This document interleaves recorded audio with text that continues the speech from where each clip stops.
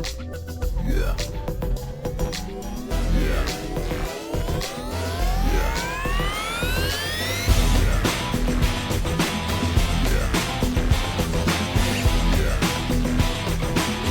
One thing Rob the Mayor taught me, it's how to enjoy the off season. Oh, good morning, good afternoon, good evening, good day to you. We have another podcast that we're going to host tonight. So I guess hockey still goes on, right? So that's what they tell me. And there's still 4 teams standing. But tonight or this morning or whenever you're watching this, I am going to be joined by 3 other folks who aren't playing anymore. So we'll start with Glenn. Glenn, do you want to say hi to everybody? Yes, I do. Hello, everyone. Thanks, Glenn. Good company here. Good company, and joined by John. John? Going on. Thanks for having me, Bob. All right, thank you, John. And the commish, Mr. Sweet. Hey, Bob. Thanks for having me. Yeah, I don't think it's an Cheers. invitation anybody wanted, considering it's just folks that aren't playing anymore, but it's the invitation y'all got. So we are going to go through the finals recap, and we're going to move into the preview for the semifinals. So as my computer catches up to everyone, as I said, 4 businesses out of business. It was a good 11-week run for us, myself included. But I'm jumping to the end. I hate burying the lead. So here you go. Here's the 4 that are out of it. But let's go through them one by one. And of course, we're going to start with my own Pontiac Firebirds falling to us 11-5. I'm already tired of hearing myself talk. So, Sweet, John, Glenn, did any of you see this game? Do any of you want to give your thoughts on this one? Looked like you guys had 4 flat tires starting it out. Ouch. But you know what? That was one thing that I saw. Brad looked like himself again. After having a pretty off season for Brad standards, he had himself a game. Yeah, he really did. 6 goals, 1 assist. Obviously, a game start earned. I'm surprised to only see 6 blocks on this total, but they were 6 hell of a blocks. Like, they weren't, blocking the freeze, off the shin pads. They were D'Angelo cranked up at midcourt or at the 3-point line, and Brad not sliding, but jumping into the way, going down on one knee and taking the entire shot over and over again. It was really cool to watch if you weren't wearing red. Yeah, I mean, I was the referee, I think. It's hard to remember what I did last week. But they scored 4 in the first period, and in the other 2 games you guys played them, they had 3 total goals between both games. So they came out firing, and I don't know if that just caught you off guard because, again, they had only ever scored 3 in 2 total games and then just didn't know how to react. But, I mean, they were out hustling. They got to every single puck. They would shoot it and get their own rebounds. It just looked like, it was one of those games where, they just outworked you for it. And I remember mid-game, I think Bill was like, wow, this is something. I was like, yeah, I could see goals are us being ahead, but not as much as they were. No, I was like, yeah, this is kind of surprising. Hats off to them for a great game, for sure. Yeah, they totally, you're absolutely right. They came out firing on all cylinders, no wrong car analogy, I guess, for the wrong team here, but they came out intense from the drop of the very first puck. They outworked us. Like you said, they outplayed us. And even in the third period, like, I like to pride myself on my intensity and, like, trying to play hard. And there was a puck going, I think it was the beginning of the third period. There was a puck going towards the wall, maybe right off the face-off even. And I ran hard at it, and I knew I had it. And I knew it was my puck. And then JJ was there in front of me. And I don't know how he got there. Like he just, it's JJ. He does that all the time. But it was one of those things where like, even when we played hard, like they caught us off guard. They 100% caught us off guard. They 100% earned that win. They 100% played their hearts out and played super well. Just a great team game. And we started to climb back in the third, or started to feel like we were clawing back in the third. And even when we were pushing it and giving it our all, they were still beating us to the puck. They were still just putting their feet on our necks, and they just did not relent. And it was something. It really was something. Like I have to tip my hat to them and say, I don't think anybody beats them. Like at that game, I don't think the Master Vaders from last season beats them the way they played that game, against us, in the 6:30, in my opinion. Glenn, did you happen to catch any of this one? Yeah, and along with Brad, like showing more of himself, other than like being sort of lackluster, but being like 15% or 50% during the season, they got in front of a lot of your shots, which they didn't do a lot of in a handful of games during the regular season.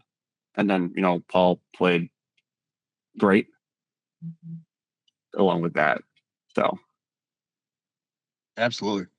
90% save percentage for Paul.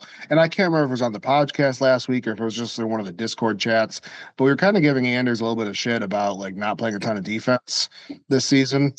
And they listened. They decided to start playing some really, really good defense. I mean, like you said, look at those block totals. I mean, everybody except for Cody was 4 to 6 blocks, really well balanced.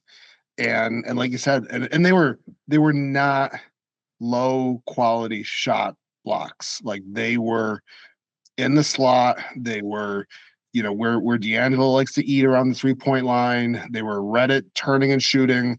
They were hard blocks to make, and they were all over us. We couldn't get a clean look all night. Yeah, they beat you to every loose puck, and they beat the puck from hitting Paul. Honestly, I mean they blocked everything. Look at Reddit's stat line. Again, great line for Reddit, but was there a game that Reddit had less than 5 goals this season? Keeping the 2-2. That's I know it's playoffs, but that's impressive. Yeah, you're absolutely right. That's a great question. I might try to look at my stat sheet while we're looking at one of the other games to see if you're right. But I would have to imagine 2 goals and 2 assists is the lowest point total of the season for Reddit. All right, enough about this. That's it. We're dead. Okay, you don't have to keep. Wait. Go back to the stats. I just want to point out, since he's been roasting everyone with videos, is that Matt's lowest save percentage game in his career? Okay. Yeah. Moving on to the 7:30 game. Dump and Chase Pickin wins a thriller in overtime, 9-8. I couldn't have planned that better, Ron. After you were giving Matt shit, now I'm switching over to your game here. Why don't you talk us through this one? Overtime game bounce. That's all it takes. What happened? This one hurt. This one sucked. It ended up being a puck's height difference. That was the winner.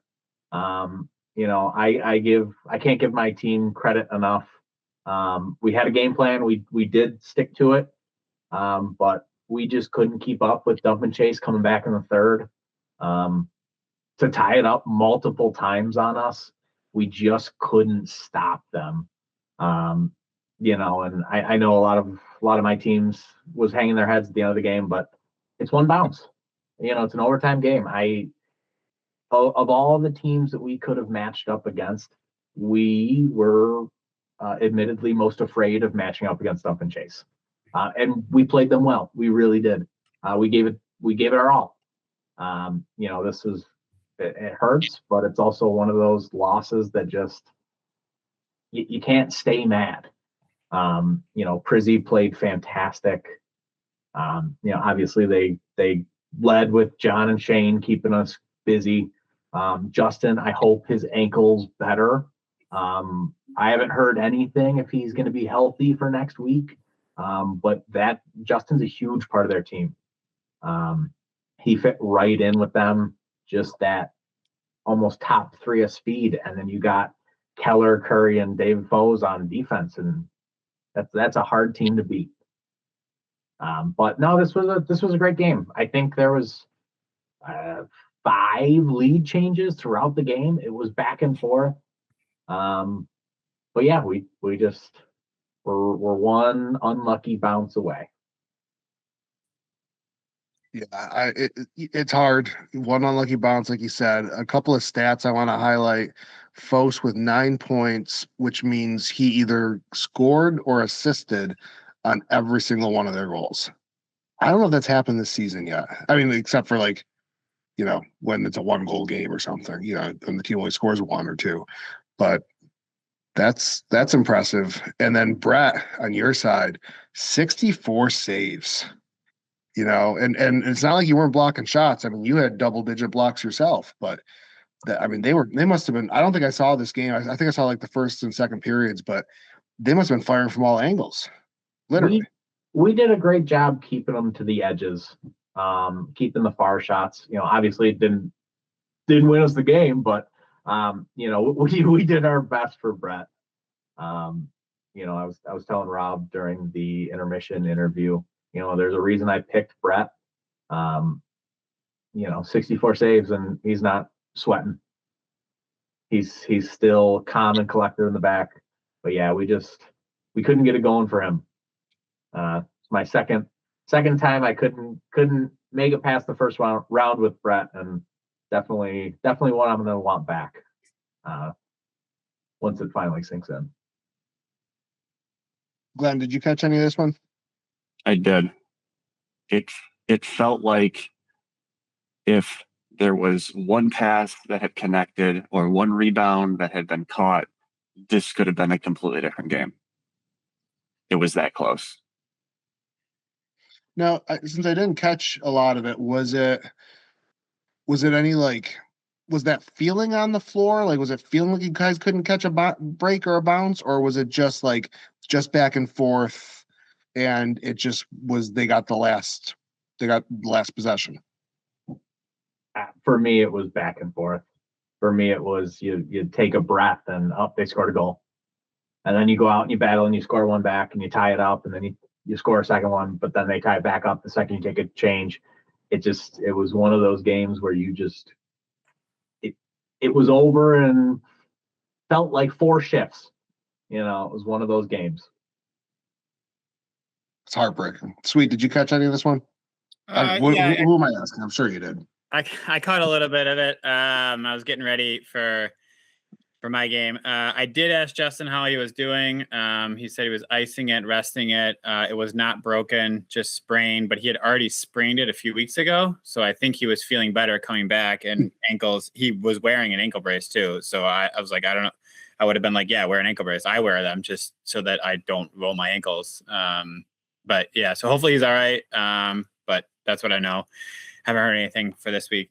Yeah, this game seemed like it was back and forth at the end, especially Foes, just kind of the plays that I was watching. He kind of imposed his own will out there, and he was just going to go score and or set up. I mean, a couple of the assists were just he would come down and just try to jam it in, and it would bounce over right to somebody else on their team that was also crashing the net. From there, I mean, 2 had 5 goals. He did what he could do out there. I mean, that's a solid game to keep the team in it. Everybody contributing up and down. Everybody got a point. So again, you're saying you can't hang your head. I mean, everybody contributed. I'm sure some feel like, oh, they could have done more or less, but you got on the stat sheet. You were there. Yeah. I was gonna ask John because my game was similar, and we'll get to that next. Bob's game was a blowout. And it was over pretty after second period. It was done. Would you rather lose? Just be like, yeah, it's 14-3, and well, all right, yeah, it's not our day, guys. Let's just go have fun. Or the overtime, last second, it instantly is over. How do you feel? I guess both of you, because you had opposite ends. Which would you rather have? I had the same. I can answer my own question when I'm done. Oh, I'd rather have the overtime loss. I'd rather have the battle. I'd rather have the feeling we were in it. You know, if at the end of the game we're still going to lose, I'd rather feel like we were going to win it for half the game. Yeah, I agree. Because I still have the what ifs, even with the 12-5 or 11-5 loss we had.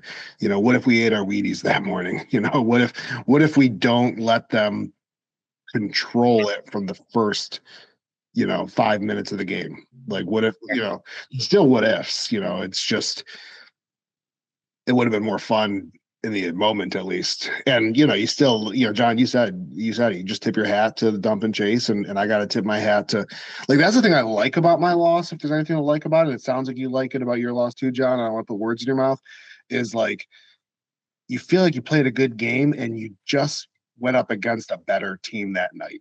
Like I don't feel like we lost our game as much as Goals R Us won the game. And I don't know if you feel the same way or not, John. Yeah, that's a great call out of that feeling of, did you lose the game or did you just get outplayed? I think we lost the game in overtime stings less in the long run than that, oh, we just got manhandled. But again, I mean, Sweet, what's your feeling? You brought it up. Let's throw it back to you. Yeah, I had the same. I like playing close games. I mean, nobody wants to get blown out on either side. I mean, as commish, I want all of the games to be an overtime 1-goal game so that everybody is at least having a good time or felt like they could win the game. I want all teams to be 50-50, 500, because then we got the parity and stuff. So, yeah, I like the close games. Win or lose. We played one against you guys a couple weeks ago, 4-3. We lost to 4-3 with same score in overtime to the Pontiac, and afterwards, and that's the game the Hook played. And afterwards, I was like, I could play these games every week. I'm cool with it. Like, yeah, I'd rather have a close one there, because then you're still in it. When it's 13-5 at the start of the third, you're like, we're just kind of waiting 15 minutes to be done. We already know what's going to happen.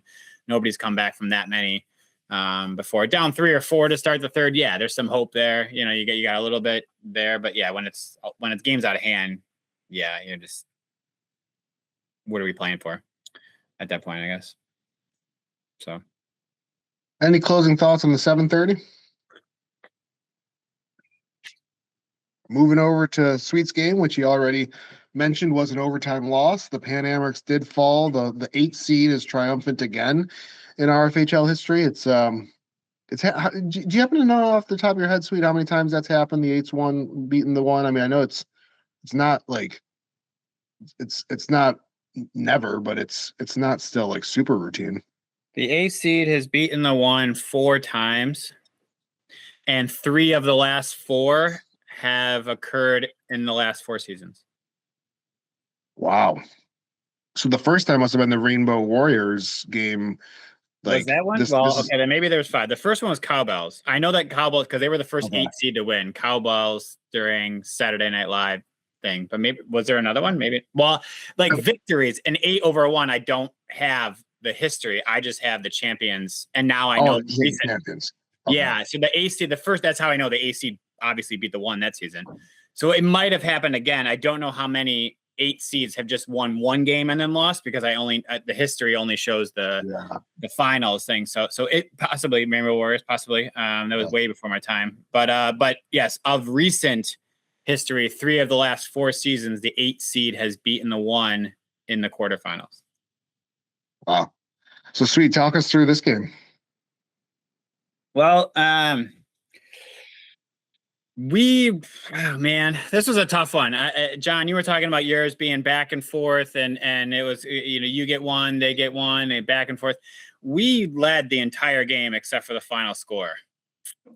So we're talking about the level of, like, it's like, man, that one, yeah, you're back and forth. We were like ahead, and I felt okay. They tied it up, and I remember telling the team, like, it's fine. We're playing well. I felt like we were in control the whole time, and then we put out our big 3 at the very end, and me, George, and Lasagna for the last like 30, 45 seconds, and we had to drawn up a play, win the faceoff back to Lasagna, and he hit the post. And I was like, and we went to overtime. I just was like, oh, I don't like this anymore. I don't like this anymore, because now, like, we couldn't get rid of the 8th seed, and this is like, I mean, you've seen it in sports. If they're just hanging on, it's like, oh no. So yeah, as soon as we went to overtime, I was like, I'm not sure I feel too great about this anymore. I felt fine all the way up until then. But our team played, we did what we do. Our team is defense. If you had told me that we were going to score 8 goals at 8:29, George said this quote, he would take the win. And I said, yes, let's that. Yep. I'm happy with that. We only scored double digits twice all season. We scored 8-3 was our third highest goal total all season. So and every game we said, we're going to be in every game. We're not going to score that much, but we're going to play defense and hold them.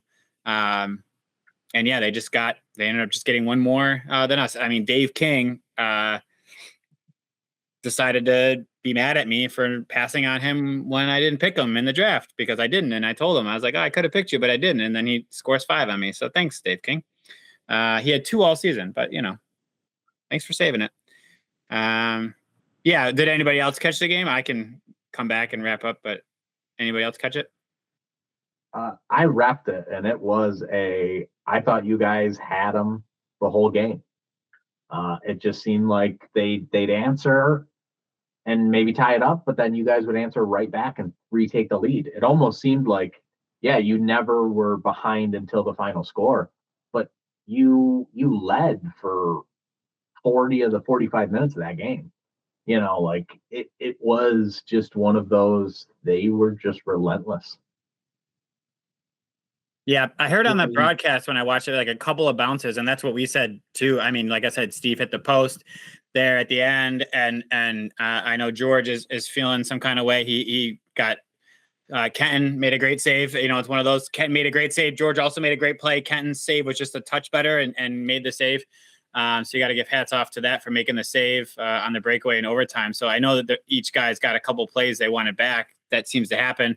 But yeah, one bounce the other way and it goes in, a couple inches over, and Steve's is a goal. George puts it in and we continue playing. So yeah, they played a great game. We played them in week 10.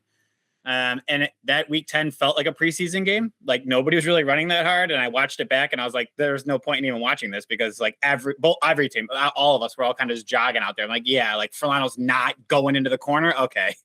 We're probably just going to play again week 10. So the playoff week. So yeah, playing them back-to-back was kind of tough as well. But yeah. Glenn, did you catch any of it? I caught a bit of it, maybe like the first half, just getting ready for my game. And it felt like sort of a back and forth, even though the score didn't really show it. But pretty much what Jeff and John were saying. Yeah, I didn't catch this one, but what jumped off the page at me was that Sean didn't play. No, he was a late scratch. Is he all right? Is he going to be in next week? Do you know? I don't know the answer. I mean, I was not told until a half an hour before we were going to play that he wasn't coming. So, I hope so. Yep. Yeah. No. I mean, like the fact that they hung around, stuck around, had that intensity to win in overtime without their number 2. That says a lot about this team. And we've been saying it all season long that this team's got resilience. This team's got grit. This team's got what it takes to win against anybody, and they proved it. Sweet, you said you wanted to wrap it up when we gave our 2 cents.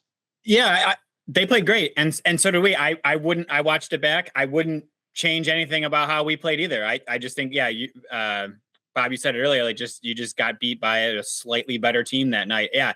And everybody said, I think on every podcast, everybody said, I can't believe that Michael Scott is the 8th seed. I can't believe that they haven't won. I can't believe they haven't won. And we knew it was coming and they just hadn't played a complete game. And then they did. Yeah, they absolutely did. But it's unfortunate to lose, but I don't know what else we could have done differently other than just not letting them score 9, but they played great. And so did we. And they got the better of us. Better team. That's all right. It's good for them. Good for them. Yeah, and like you said, it was a team win on the stat sheet at least. Dave didn't score 5 goals all season, like you said. He's got 5 that night. Dan Thiesing only had a couple all season, if I remember correctly. He's got a goal. Chatterton adding 2. The fact that Furlano only had 1 goal in the win, I think that should scare anybody who's going to play them in the playoffs. Yep. And then we move to Glenn's game. The only team to, not to rub salt in the wound, Glenn, but the only team to actually beat a team twice in the regular season and then a third time, since the Firebirds had the 2-0 during the regular season against Goals R Us. Pan Americs had 2-0 against Michael Scott, during the regular season, and then we both fell. I believe the Blockbusters were 2-0 against Napster during the regular season, if I remember correctly, but kept the winning streak going. 12-8. Glenn, do you want to talk us through what happened at RFHL After Dark? I can try. To me, it felt like their score was just out of reach. Like, we would have a short stretch of good possession, couple goals in, and then they would come back with an even longer stretch of good possession, good passing, cutting off our passes, getting a few good shots, maybe not so good shots in, and bounces weren't going our way, and Was it kind of like a 1 step forward, 2 steps back kind of a game? Every time you made some progress, they kind of doubled you up. Some moments, yeah, definitely. And it felt like we almost got there, and then they would just go a little bit farther. So it never felt like we were out of it, but it never, to me, at some points, it never felt that we could actually get up there. Because if we got up there, then they would just get a few more. Yeah, D'Angelo always likes to give me a hard time that I don't believe in momentum in sports, but I do believe in confidence. And maybe I'm just parsing words here, but was it like a confidence thing for you all, do you think? Like in terms of not being able to catch that groove, not being able to catch a break, every time you would catch a break, then they would answer back, or do you think was there any of that kind of at play stuff? That stuff at play? I want to say I don't think so. To me, none of us looked dejected, anything like that. We just got outplayed in a handful of plays. So, we never felt like we were out of it. Good. No, that's good then. But, and then, I'll stop harassing you here and let Sweet and John talk a little bit. But, Sweet asked the question earlier about, would you rather lose in overtime, by 1 goal or this isn't 12-8 isn't a blowout, but, by a larger margin. You didn't have a chance to answer that earlier. Now that we're looking at your game, what are your thoughts on that question? I would 100% go into overtime. I'd rather have the feeling that there is still that chance of winning than halfway through being oh, this, we lost. So it's okay, so what do you do the second half of the game? I'd rather go into overtime and lose than, get blown out immediately. Yeah, that makes sense. I guess we all are in agreement on that one. Sweet. Were you reffing this game, or were you licking wounds from the 8:30? No, I had to ref this one. I will say that, and John can probably attest to this because he ref my game after his. It's dang, I didn't want to ref a game. I just wanted to, I was I'm fine. I'm gonna. Everybody's no surprise. I'm gonna be here this week, and I'm totally fine. I'll fake be happy for all the teams that are there. But then, but it's when I just lost, and I'm I gotta clear my head to go out there and okay, yeah, I'm bummed. I just want to talk to my team and reminisce. But no, this was a good game. I reffed this game, yes. Couple penalties there for Blockbusters.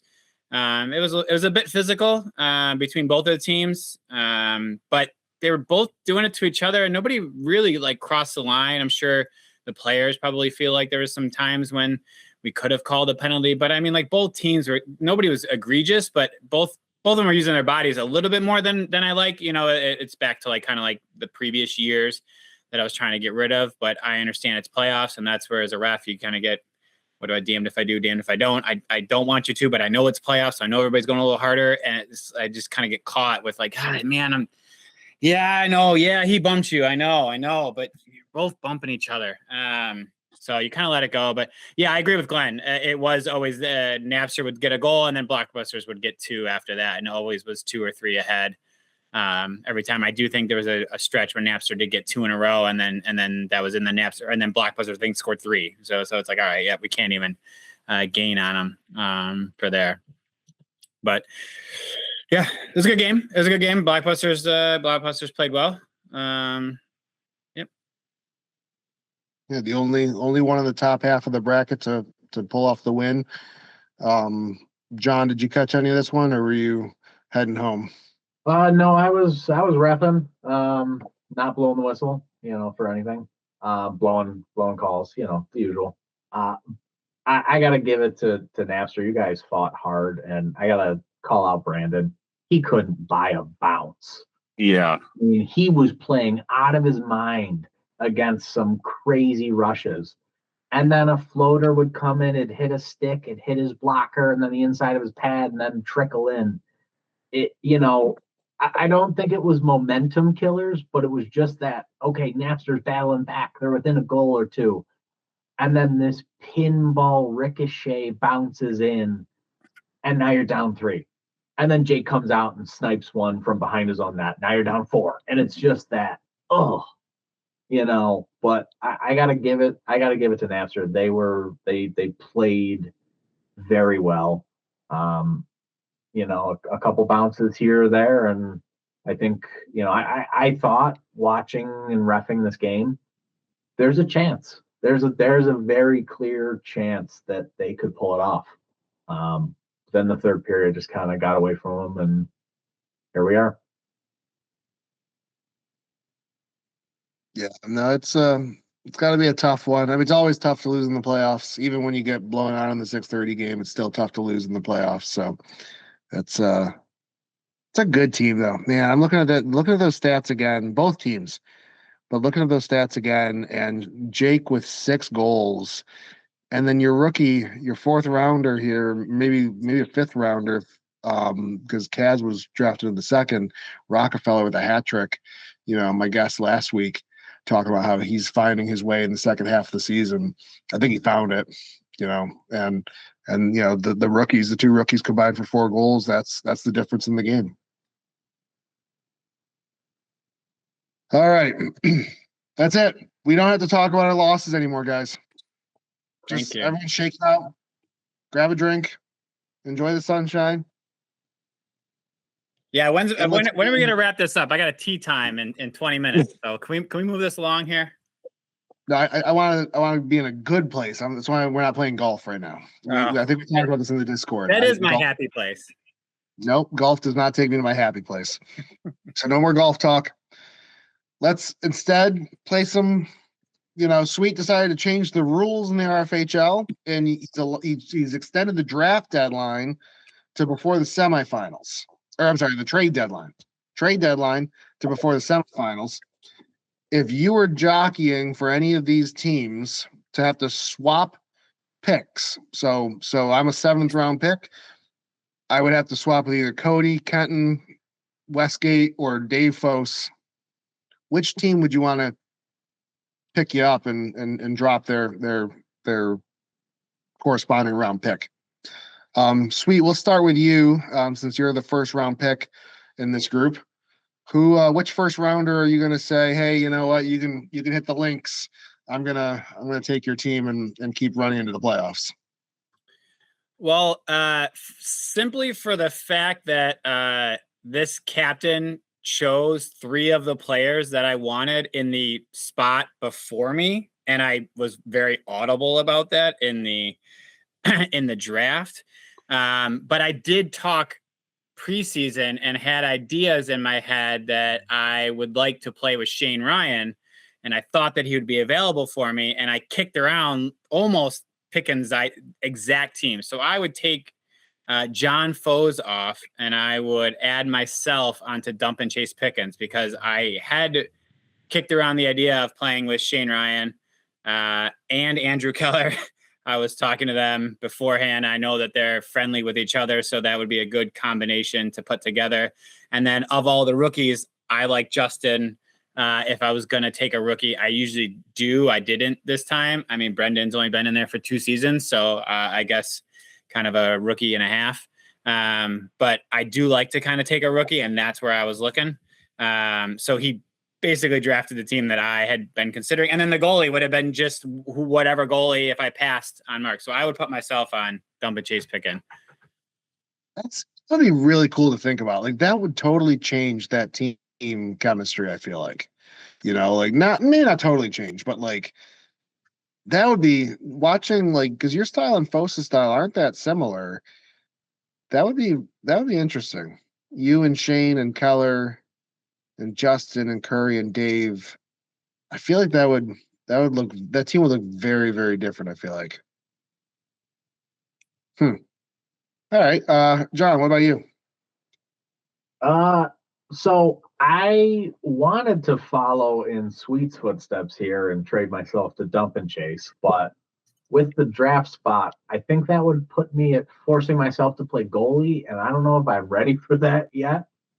You know, give me a couple more seasons, and Paul can pass off Alex pads to me, and I can play in goal. But I think my best fit, the best overall team chemistry, I think Goals Are Us would probably be where I would go. I think Rob did a great job rounding out that team, but you know, kind of as you said, and you know, I've been telling Rob it every week, you guys got to play more defense. Leaving Paul out to dry here. You got a steal of a goalie in the 6th round. You got Brad and Frankie, now Brad and JJ. You know, I think I could revitalize that defensive core there, and I think that would be a monster of a team to go up against. So that'd be my pick. You would be losing the unicorn though, and so, or the alicorn or whatever we're calling them these days. And maybe they squeezed too much unicorn dust out of him or whatever they were talking about doing. And there was too much talk of squeezing stuff out of Shane on the last podcast. I'm good. I'm good with passing on Shane for that reason alone. I'm going to leave that one there. Glenn, you're on the 5 spot here, so you'll be looking to either replace Rob, Chatterton, Rockefeller, or Justin. Which one would you be asking to sit down? It's kind of funny, as I would also choose Goals Are Us, which I feel bad for wanting to kick Rob Andrews out of the team. But I think it would be hilarious to both play against Paul and play with Paul in the same season. There we go. Little sibling rivalry there, and then reband. I like that. And then I was gonna pick Michael Scott because I love those guys. I mean, I love everybody in the league, but like Chatterton, Furlano, you know, Jake, I mean, everybody, Kenton, you know, everybody on that team is just, you know, Kenton and I went to college together. Chatterton and I have been playing this league forever. You know, they're all good guys, and I would love to play with them. But similar to Haran, well, maybe not similar in the sense that I'm a recovering goalie, so I don't really want to go back in that. I've gone through 11 of the 12 steps in that program. So I hate to do it, but I want to join Goals Are Us, you know, and so that's 3 of us now. So you know, hopefully all 3 of us don't join, because then that's a wholly different team, because you know, then you'd be losing Shane, Rob, and Cody, and throw the 3 of us scrubs on there. But no, I mean, I guess if you can't beat them, join them. And I just think that'd be a fun team to join. But any of these teams would be fun teams to join. I just don't want to play in that anymore. So let's flip it around. So we're not still in the playoffs. Sweet didn't make that rule change for a trade deadline extension. We're on vacation. you can't pick your own team because I'm sure we would all, well, hopefully we would all say we would choose our own team. Otherwise, maybe some extra drama for the off season. But if you were to go on vacation with one of the teams that lost, which team would you choose and why? And we'll go reverse here. We'll start with Glenn. Why don't you tell us which team you would join for? And maybe if you want to, tell us where you would go. Is it somewhere tropical? Is it somewhere exotic?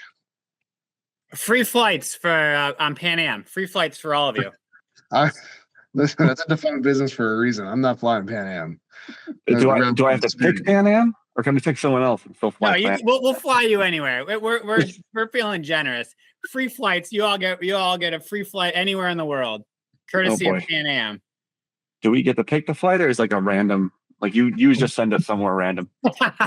That's what it is. You and your team just get on board, and who knows where we end up. What do you think? Who you traveling with on a reputable airline? I would be going with Pontiac Firebirds. That's I think they're.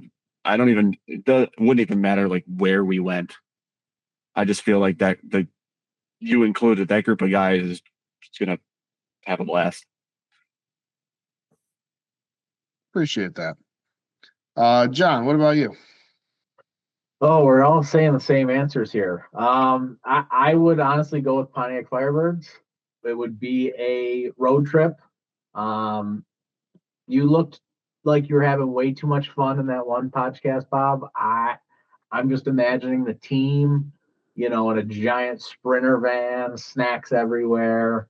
I don't think I would have one single complaint about the music the entire time. The only downside, there's a lot of children that may be involved in that too. A lot of kids, but I think if it was a boys trip, okay, fine. But yeah, give me a road trip. Maybe go see a hockey game. I feel like we could get into it no matter where we go, no matter who the home team is. I feel like we would be the loudest group in the stadium. I feel like that would be fun. It would be a pleasure to have you join us, John. I'm going to go third here because I'm really excited about hearing Sweet's ideas here. But I'm gonna pick the Bugaboo Creek Freaks. Because I kind of gave them crap all season, and I feel kind of bad. I need to have some redemption. But more, the real reason is, again, the whole group. I think I'd get along with everyone. I picked Pan Amherst as my road trip team, but if we're gonna kick back and we're on vacation and we got nothing to worry about, the next season doesn't start for another couple of months. I feel like this group would be hilarious. I feel like when this group lets their hair down, there's gonna be some stories told. And maybe I'm a little bitter about Brad beating us, and I want to hang out with his dad and hear all sorts of baby stories or something too. So yeah, maybe that's a piece of it. All right, Sweet, bring us home. All right, so for mine, when I was asked this question, I thought to myself a little different. I was like, where are we gonna go with these teams? What kind of vacation are we going with? And so I thought about it, and I was like, okay, if I go with the Pontiac Firebirds, we're definitely going to some city or area of the country where there's a basketball game on Thursday, a hockey game on Friday, a baseball game on Sunday, and we're catching for UK Brian, a football game on Sunday, right? That's that trip. That's a vacation of just each day is a sporting event. Hit everybody's favorite one. There is not a person on there. Reddit's been to the Masters. We're going to a golf tournament. We're playing in a pro-am one day. We're doing that's that trip. Okay, so then I thought about, all right, the Bugaboo Creek Freaks. All right, where are we going? Well, we're probably going to I think this team would rent a beach house and have a barbecue on the beach. That seems like that's the vibe of that team. We'd be playing lawn games out there, cornhole. You'd be playing can jam on the beach, and that's where we're going. We're going just to hang out, chill by the beach, couple of beers, maybe a bonfire. That's the vibe of that team. So then I got to Napster, and I'm thinking, where are we going? What are we doing with it? Who is deciding of this hodgepodge of guys? I don't know where we're going, and that's why I'm going to pick Napster. because we're just gonna buckle up and go. I don't know where we're gonna end up. Who knows? Glenn, you're like laughing. Nobody can see you laughing, but like, right? Like, where are we? Who on your team? Where were you doing? What are we doing? I don't know. I just want to go on that vacation just to find out where we end up, and we'll probably have like a ridiculous story that no one's gonna believe except for the 7 of us, because you guys are never gonna believe the story because a crazy thing's gonna happen. Tell me I'm wrong. I don't know where we're going. I still can't think Let's of like. go. What's our vibe? Where are we going? But I want to find out. So I'm all in. Naps or Marauders. Let's go on vacation together. Let's go. I love it. Where are we going, Glenn? Who's picking? Who's picking? Where are we going? We'll make it up as we go along. That's what I'm saying. I think we're doing like a road trip across country, and we're seeing all of like the world's largest French fry, all those like silly things that are along the way. Like that's a Napster trip. Yeah. I feel like that's a Napster trip. Music the whole way, and we're just like, hey, here's the world's largest dinosaur. Cool, let's go see it. I think you nailed all of us. You know, the only regret I have is that you didn't talk about the Pan Americs, which I told you not to, because I think you nailed all 3 of us, and that's why I would choose the Freaks, because the beach and long game sounds like my idea of a good time. But yeah, even though I was on the Firebirds, and I would obviously choose the sporting events.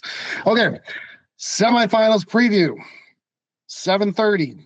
Dump and Chase Pickin, the 5 seed, going up against hosting the Goals R Us 7 seed. They did play each other twice in the regular season. Week 3, Goals R Us won 13-9. In week 10, Dump and Chase won 14-8. There were some notable absences during those games, though. In week 3, Dump and Chase was missing Dave Fose, and Goals R Us was missing Cody. Frankie did play in that game. That was also a 7:30 game, in case you're at all nerding out about the times of the games. Excuse me. Week 10, Dump and Chase was missing Keller, even in their victory, and Goals R Us was missing Cody again. And they had JJ in for Frankie in week 10. So we'll make our bold predictions. I don't know if we're tracking these anymore, Sweet. I don't know if we tracked our picks from last week. I don't know. It doesn't matter. You won the prognosticating crown from the regular season. I tip my hat to you. I couldn't even win that this season. So let's start with let's start with you, John, because you lost to Dump, and then we'll go to me because I lost to Goals, and then we'll finish with the other 2. John, what are your thoughts on this matchup? I think this is going to be another overtime game. I think, Dump and Chase has the speed factor. I think if Goals R Us can play that defensive game that they did against Pontiac last week, I think they can handle that. I want to see some more contributions throughout the lineup for Dump and Chase. I know Foes had a play in every single goal last week. I think they need to spread the love out a little bit, and then I think they can really give it to Goals R Us. So I think if the game plan from Goals R Us is to contain Foes, I think they can do that. And that is a key to win against this really fast Dump and Chase team. But you get maybe Justin's healed up, but you get Shane flying out there like he does, Keller jumping up and joining the rush. You get them scoring 3-4 goals each, and they can win the game with Foes scoring 1. I think that's the key. Goals R Us has to play some really solid defense, and they can win it. But if Dump and Chase spreads the love, I think they'll overwhelm Paul a little bit. If I was going to make a guess, I think, sadly, I don't think Justin makes it. I think they rely on John Foes too much, and I think Goals R Us takes it in a 8-6 win. Right. I think I meant to rewatch the podcast from earlier this season, and I just ran out of time today. But I think I called this as my championship game at the beginning of the season between Dump and Chase and Goals R Us. Now, granted, that was with Frankie and not JJ. That was with a lot of question marks and mostly just hubris. But I love this game. I love this matchup. I mean, they split in the regular season. They're both obviously playing at the top of their game. I love this. It's my game of the week out of two. It's a coin flip, I guess. And I think Goals R Us does it. I think Goals R Us wins this one. I think their defense and their intensity. Again, maybe this is just my bias from getting beat, and I don't want to take accountability for my own shortcomings, and I just want to keep saying how great they did. But I think they would have beat anyone. I really do. And if they keep that going, and again, it's going to be hard to overcome that. Really, really hard to overcome that. I think Paul played great. I think Paul continues to play well, and I think Dump and Chase is going to search for some answers against a strong defense that's been dormant all season long, and then you add the sharpshooting between the mayor and Al and Brad. I think Goals R Us wins this one. Sweet, what do you think? Do you want my prediction or do you want me to talk first? Either way. I think you're both wrong, and I think Dump and Chase wins this going away. All right. I think last week with Goals R Us, I think there was something about that they had just gotten shellacked by you guys the first two games, that they put all their eggs in that basket to just really come out and play hard. And I think Dump and Chase has been looking pretty good the past couple weeks. They've also only ever had their full team for 2 weeks. They've played 11 games and they've only had their full team for 2 weeks. So they've either been missing someone on their team. So they haven't really even played that much. And I mean, even last week, Dave Foes wasn't there. So it's been a real hard to get a read on this team. And I don't know if they're all going to be there this week. We're talking about Justin not making it. I do agree that if he is not there, I can see them struggle. I'm going by each team got their full roster, JJ for Frankie. And everybody is close to 100%. If Justin can't give it a go, then I would change possibly my pick, or it's just going to be closer. But Dumb and Chase has been a scary team. I think they have the defense that can stay with Brad and kind of shut down that team there. And then the offense for John Foes. I know playoff John Foes, he can kind of turn it up a notch. So can Brad. But yeah, I'm seeing it as it happens a lot in sports that Goals R Us just went so heavy to really beat you guys that this week they're just, how do you get up? Like, how do you get as energetic and as hyped for a team that you've split against versus the team last week that kind of kicked your butt twice? So that's why Dump and Chase by 3 or 4. All right, Glenn, what do you think? I honestly can see this going either way. I can see whichever team can get a few in early and sort of set the pace, is the one that would ultimately take it. If Goals R Us plays like they did last week, then this will definitely be a very close game. Maybe not overtime, but I wouldn't be surprised if it does go into overtime. But definitely a last minute push, like down by 1 or something like that. Do you want to make a prediction on which team that's going to be, or you? He doesn't want to predict against his brother. No, I think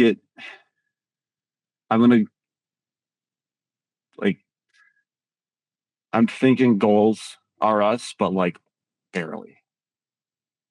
Right. Probably by 1. It's gonna be. I'm thinking it's gonna be really close. All right, we're all over the place on our picks here. We got dumped by a couple. We've got goals by 1, goals by a couple, and I didn't say how many, but I can't get a read on this. I really think I agree with you, Glenn. Whoever whoever comes out strong and controls the pace wins. It could be either, but I do. Again, maybe I'm just still sore from my game, but and you know, sweet. I think you're right though. Like there is a letdown game, like after that emotional win. That's a real possibility. But I But I want don't know. Necrochuck to clip this when all three of you are wrong and Dump and Chase blows them out. So there you go, Matt. Save it, clip it. All three of you guys are wrong. Or he's going to make me look silly because it's going to be the complete opposite and I'm going to have a dunce cap on. Either way, go for it, Matt. Yeah, well, I think Goals Are Us is going to probably be clipping your prediction for their bulletin board material because I think we all picked against Goals Are Us last week, and that might have been part of their intensity. Go right ahead, Robert. Clip it. I think he's talking about the other Robert, the mayor. Yes, I am. Yeah. 8:30 Blockbusters, Michael Scott Hockey Company. Glenn, why don't you start us out with this one since you all lost to the Blockbusters? You've got some recent intel.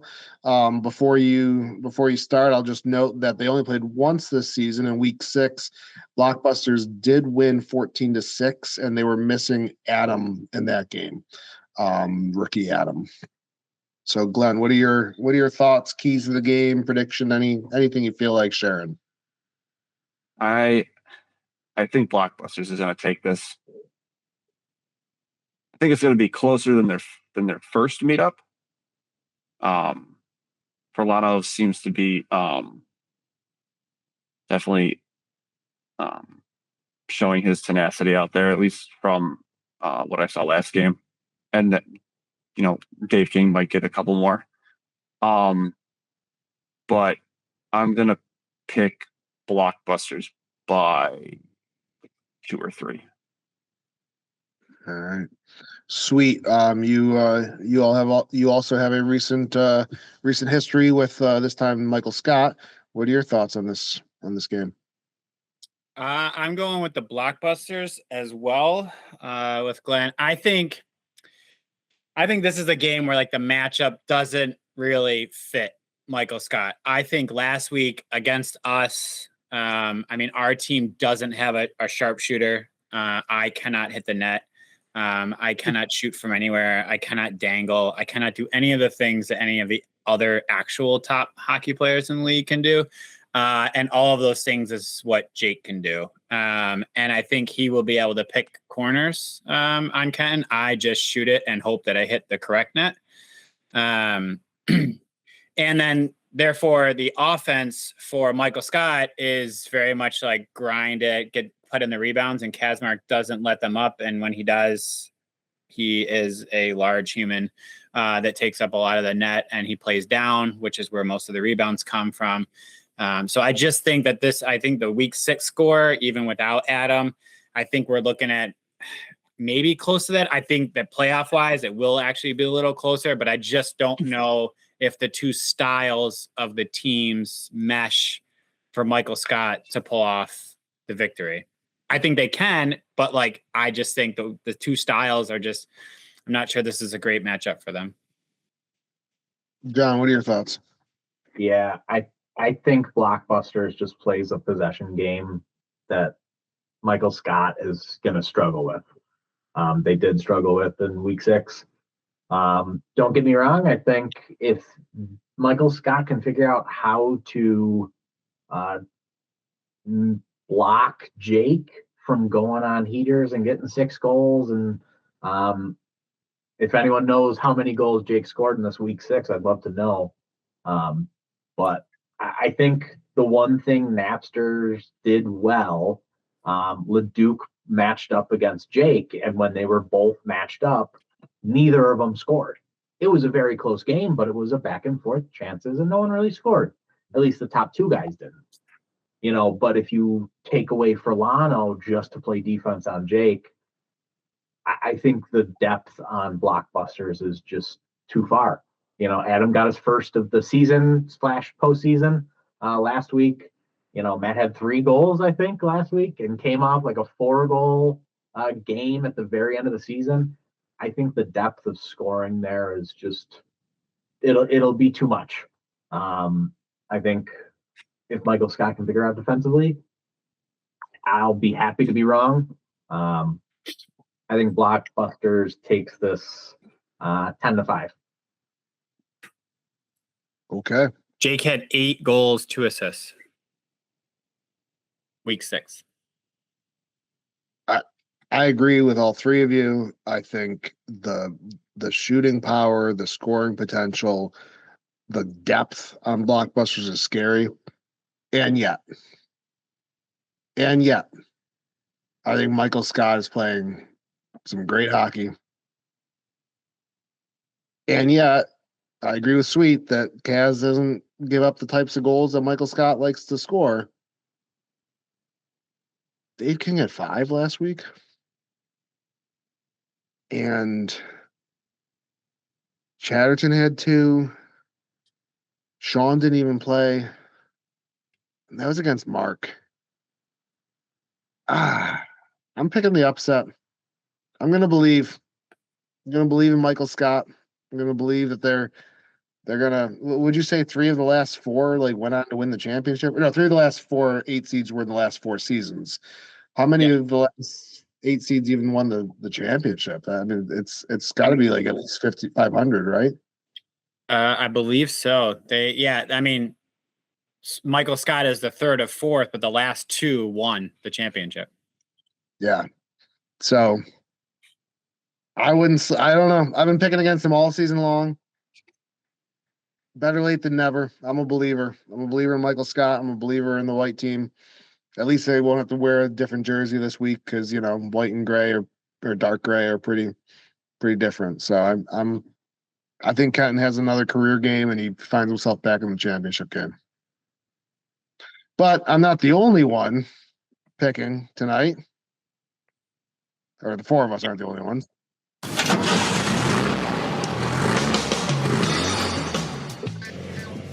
All right, so the mayor's here with his wife after we're sitting in traffic after a loss in Buffalo, but couldn't find any lucky Sabres fans to talk some RFHL shop.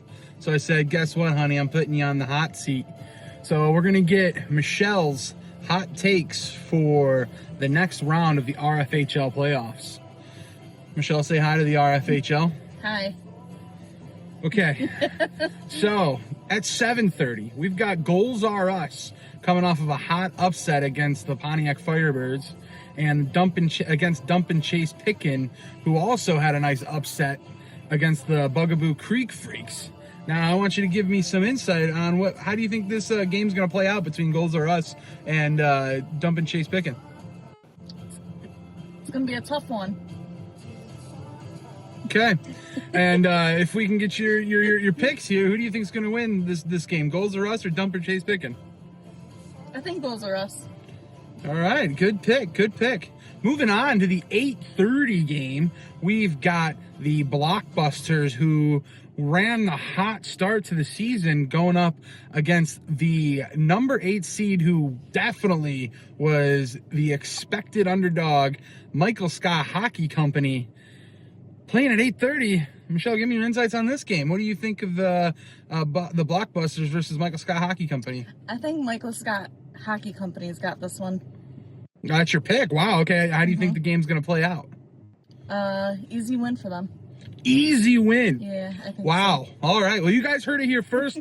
That's the RFHL takes from the mayor's wife, Michelle, as we sit in sorrow, waiting in traffic after a horrid Game 2 from the Buffalo Sabres. But guess what?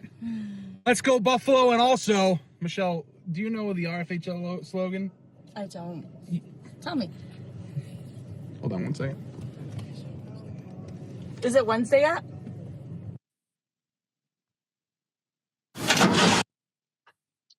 There you go. So, Mrs. the Mayor and I picked Michael Scott. The rest of you picking the Blockbusters. We'll see how we go. John, any closing thoughts for us? Oh, it's gonna be a fun week of hockey for not my team. Woo! Way to get hype. Glenn, any closing thoughts? this Wednesday is going to be a fun one. These games are going to be fun to watch. That they are. Not to play in, but to watch. Yes. Yeah, Sweet. unfortunately, but yeah. Sweet, your thoughts? We have never had a 5-8 or 7-8 matchup. So if Michael Scott happens to win, we will have a first, because no matter who wins in the 7:30 game, it'll be a first-time matchup for there. Again, if Michael Scott can pull off the victory, the ace seed in making it to the finals is 3-0. I like those odds. Yeah. I think this is gonna be a great week. I'm excited to get back in there and watch, and I will be reffing, I would assume, the games. I think they are going to be good games, regardless of my pick. I hope everybody has fun and has a good time. And then for the finals, I will say the finals are the following week on the 20th. 6:30 we'll do some sort of pickup. 7:30 is likely the finals. We have to confirm after the teams make it. And then 8:30 is the awards and banquet. If you were nominated, I'm asking you please to come. If you were nominated, all of your league mates nominated you. They were able to do that. So please plan on attending on the 20th there for the awards at 8:30. And then the following week, 27th, Bob, a little plug. We're going to go to the Alt Bar. RFHL is taking over the Alt Bar, 6:10 to 8 p.m. The 27th, we do not have any hockey scheduled. So since we do not have any hockey scheduled, let's go hang out at the Alt Bar and check out the Bob's Bar there in our 1 week in between spring and before summer pickup and the summer season starts. So I'll have to fly Pan Am to get back in time for vacation. I'll let Mr. D'Angelo here send us off. Is it Wednesday yet?